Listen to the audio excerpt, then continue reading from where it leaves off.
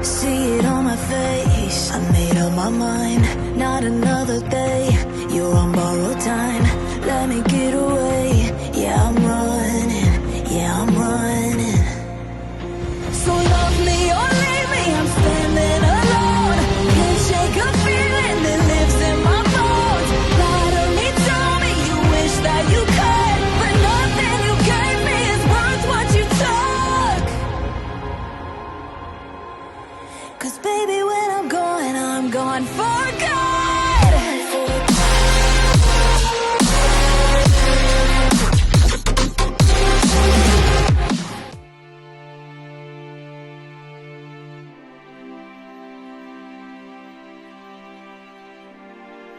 Melanjutkan dari kisah sebelumnya.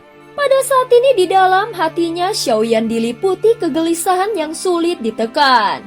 Andai saja tahanan roh tidak mengalami cedera berat, dia pasti sudah langsung berangkat kembali ke dunia sensi meskipun berada jauh di dunia lain. Meski dia sempat mengintip sekilas kondisi di sana melalui cermin kekosongan, pemahamannya tetap sangat terbatas. Dia sama sekali tidak tahu bagaimana keadaan dunia sensi sekarang. Dengan adanya Ratu Nanfu yang berjaga, untuk sementara seharusnya tidak akan terjadi masalah besar. Namun yang paling dikhawatirkan Xiaoyan adalah hal lain. Apakah para ahli kuat di dunia sensi benar-benar mampu bersatu dan memiliki tekad yang sama untuk melawan Taisu? Dunia sensi bukanlah dunia yang kekurangan ahli kuat. Alasan Taisu begitu mengincarnya adalah karena dunia itu menyimpan sumber daya yang sangat melimpah, sehingga cukup untuk melahirkan sosok kuat yang tak terhitung jumlahnya. Namun setelah invasi Taisu terjadi, pemanfaatan sumber daya sensi cenderung konservatif. Akibatnya jumlah ahli puncak di dunia tersebut terbatas, bahkan lebih sedikit dibandingkan beberapa dunia lain. Kini saat dunia sensi benar-benar menghadapi invasi dan ancaman kehancuran, batasan aturan pun dilepas sepenuhnya. Dalam waktu singkat, para ahli bermunculan bak rebung setelah hujan, dan tumbuh dengan kecepatan yang sulit dipercaya. Semua ini jelas hanya demi tujuan berperang melawan Taisu. Apakah senior Hesian Ren bisa mempercepat perjalanan kita? Tanya Xiaoyan dengan nada mendesak. Taisu sudah mulai menginvasi dunia sensi. Aku harus segera kembali. Namun kenyataannya mereka masih harus menuju kampan bintang dewa dan iblis. Perjalanan ini pasti akan memakan waktu dan sesuatu yang sangat tidak diinginkan Xiaoyan saat ini. Terlebih lagi tujuan mereka berada di wilayah Laut Kampan yang luas di sebuah kawasan yang berhubungan dengan tempat pertemuan dewa iblis dan dengan lapisan wilayah yang tak terhitung jumlahnya. Tanpa koordinat yang jelas, pencarian justru akan menyita lebih banyak waktu. Dunia sensi memang sudah berperang dengan Taisu, ucap Hesian Ren dengan tenang lalu melanjutkan. Namun dengan Ratu Nanfu yang berjaga untuk sementara, tidak akan terjadi sesuatu yang fatal.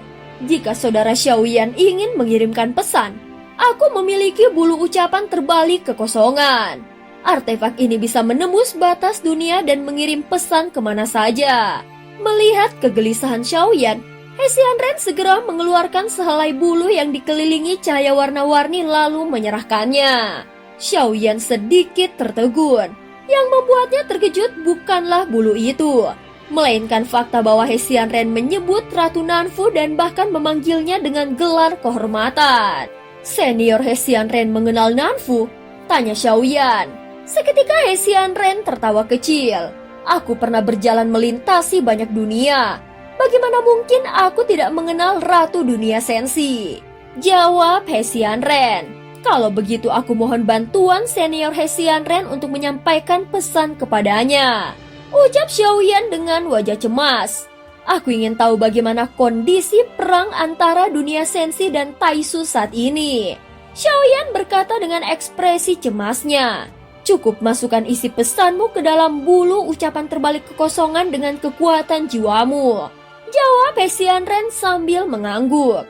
Xiaoyan segera menggerakkan pikirannya dan sesuai petunjuk menyampaikan pertanyaan kepada Ratu Nanfu mengenai situasi medan perang.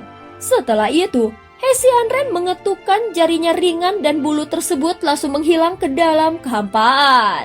Jika ratu membalas, tidak akan butuh waktu lama untuk menerima jawabannya. Kau tidak perlu terlalu khawatir, ucap Hesian Ren. Namun Xiaoyan jelas merasa gelisah. Dia telah menyaksikan sendiri invasi Taisu ke dunia sensi. Bagaimana seluruh laut Kehampaan Barat berubah menjadi medan kehancuran. Seolah dunia sensi sama sekali tidak memiliki kekuatan untuk melawan. Invasi berskala besar itu membuat Xiaoyan sulit membayangkan seberapa besar peluang kemenangan dunia sensi. Jumlah ahli kuat di dunia tersebut memang tidak banyak. Meski pondasinya dalam, demi kestabilan jangka panjang mereka tidak berkembang secara agresif seperti dunia lain. Justru karena itulah invasi Taisu terasa semakin mengkhawatirkan. Xiaoyan menggelengkan kepalanya dengan pelan. Walaupun Ratu Nanfu masih bertahan, rasa cemas di hatinya juga tidak berkurang. Dia tahu begitu Taisu benar-benar menginvasi, seluruh ahli dunia sensi pasti akan terserat ke dalam pusaran perang itu.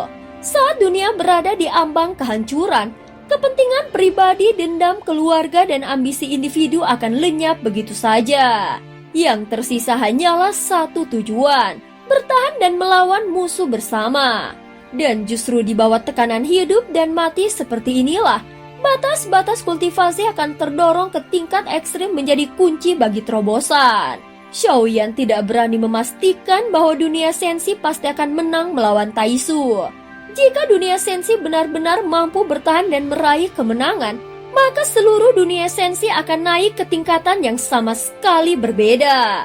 Berbeda dengan Xiaoyan, Hesian Ren tampak tidak terlalu terpengaruh. Dunia asalnya telah lama mencapai puncak kejayaan. Ditambah usianya yang sangat tua dan pengalamannya menjelajahi puluhan ribu dunia, dia telah lama terbiasa menyaksikan bangkit dan runtuhnya peradaban hingga memahami hukum perkembangan dunia dengan tenang. Xiaoyan memahami apa yang dia maksud, bukan semata-mata kekuatan individu, melainkan tekad seluruh dunia untuk melawan bersama. Itulah kunci kemenangan dari sensi. Memang demikian. Namun bencana besar tingkat dunia seperti ini jarang sekali berakhir dengan hasil yang sepenuhnya baik. Sama seperti tanah kelahiranku. Saat mengatakan itu, nada suaranya merendah. Bagaimanapun juga itu adalah rumahnya sendiri. Meski telah menjelajahi puluhan ribu dunia, ketika menoleh ke belakang dan menyadari bahwa tanah kelahirannya telah lenyap, maka setiap kali teringat hatinya tetap terasa perih. Aku ingat senior pernah mengatakan bahwa dunia asalmu, dunia Wuku, juga berkaitan dengan Taisu. Ucap Xiaoyan dengan penasaran. Apakah dunia ini juga hancur karena invasi Taisu? Rasa ingin tahunya muncul tanpa sadar. Bukan hanya Taisu. Dulunya dunia Wuku juga termaksud dunia puncak. Namun tidak seperti sensi yang stabil dan berkembang secara bertahap. Dunia Wuku berkembang terlalu agresif. Terlalu banyak ahli kuat yang lahir. Banyak pula yang pergi menjelajahi ke dunia lain. Hingga akhirnya jalur keberlanjutan dunia itu sendiri runtuh. Itu hanya satu bagian dari sebabnya. Intinya dunia Wuku membuat pilihan yang keliru. Akibatnya dunia itu dimanfaatkan oleh berbagai kekuatan. Taisu hanyalah salah satu dari mereka. Seperti serigala rakus yang mencabik saat melihat kelemahan. Hesian Ren teringat pembicaranya dengan Xiaoyan sebelumnya. Dari cara Xiaoyan berbicara jelas bahwa dia memahami satu hal penting. Kehancuran sebuah dunia tidak pernah disebabkan oleh satu faktor saja, melainkan akumulasi dari banyak kesalahan. Adapun dunia Wuku jelas berbeda dengan kondisi sensi sekarang. Menurut Xiaoyan, masalah sensi adalah kurangnya jumlah ahli puncak untuk menghadapi ancaman eksternal. Sebaliknya, dunia Wuku justru runtuh karena terlalu banyak ahli kuat hingga keseimbangan dunia hancur. Dari pandangan kedua dunia ini, Xiaoyan melihat sebuah persoalan yang sangat sulit. Jika sebuah dunia ingin stabil dan bebas dari ancaman invasi, maka dia harus kuat baik dari dalam maupun luar. Namun yang paling penting dari kekuatan itu sendiri adalah menjaga keseimbangan dunia secara keseluruhan. Keseimbangan merupakan kata yang tampak sederhana, tetapi justru paling sulit diwujudkan. Memahami teori dan mengambil tindakan adalah dua hal yang sama sekali berbeda. Dengan kekuatan Xiaoyan saat ini, dia jelas belum mampu mengendalikan seluruh dunia sensi. Bahkan sosok sekelas Yang Mulia pun belum mampu untuk melakukannya. Apalagi dirinya yang sekarang. Saat pikiran itu berputar di benaknya di kejauhan, tiba-tiba tampak gugusan bintang yang berkilauan. Akhirnya mereka telah tiba di kampan bintang dewa dan iblis. Begitu memasuki wilayah ini, banyak berkas cahaya melesat dari segala arah. Semuanya menuju bagian terdalam dari kampan bintang dewa dan iblis. Hesian Ren menengus pelan dan mengembalikan piringan langit penembus hingga kecepatannya langsung meningkat drastis. Xiaoyan, kau telah membawakan jantung ilusi mimpi untukku, ucap Hesian Ren dengan suara tegas. Setelah terdiam sejenak, dia melanjutkan kata-katanya. Sebagai balasan, dalam transaksi ini aku akan membantumu menemukan laut pemecah 7 warna. Apapun harga yang harus dibayarkan. Xiaoyan tertegun sejenak setelah mendengarnya. Bagi seorang ahli selevel Hesian Ren, setiap kata apapun sangat berharga dan bukanlah sesuatu yang diucapkan secara sembarangan. Itu berarti dia siap menanggung konsekuensi yang sangat besar. Hati Xiaoyan menjadi semakin berat. Sebelumnya dia mengira Hesian Ren memiliki musuh yang sama yaitu Taisu. Namun dari ucapannya sekarang tampaknya musuh Hesian Ren belum tentu Taisu. Dalang dibalik kehancuran dunia wuku mungkin adalah kekuatan yang lebih mengerikan. Apapun itu jelas bahwa semua yang dilakukan Hesian Ren telah direncanakan untuk jangka panjang.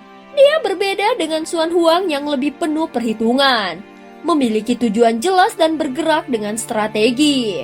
Setidaknya untuk saat ini semua itu menguntungkan bagi Xiaoyan.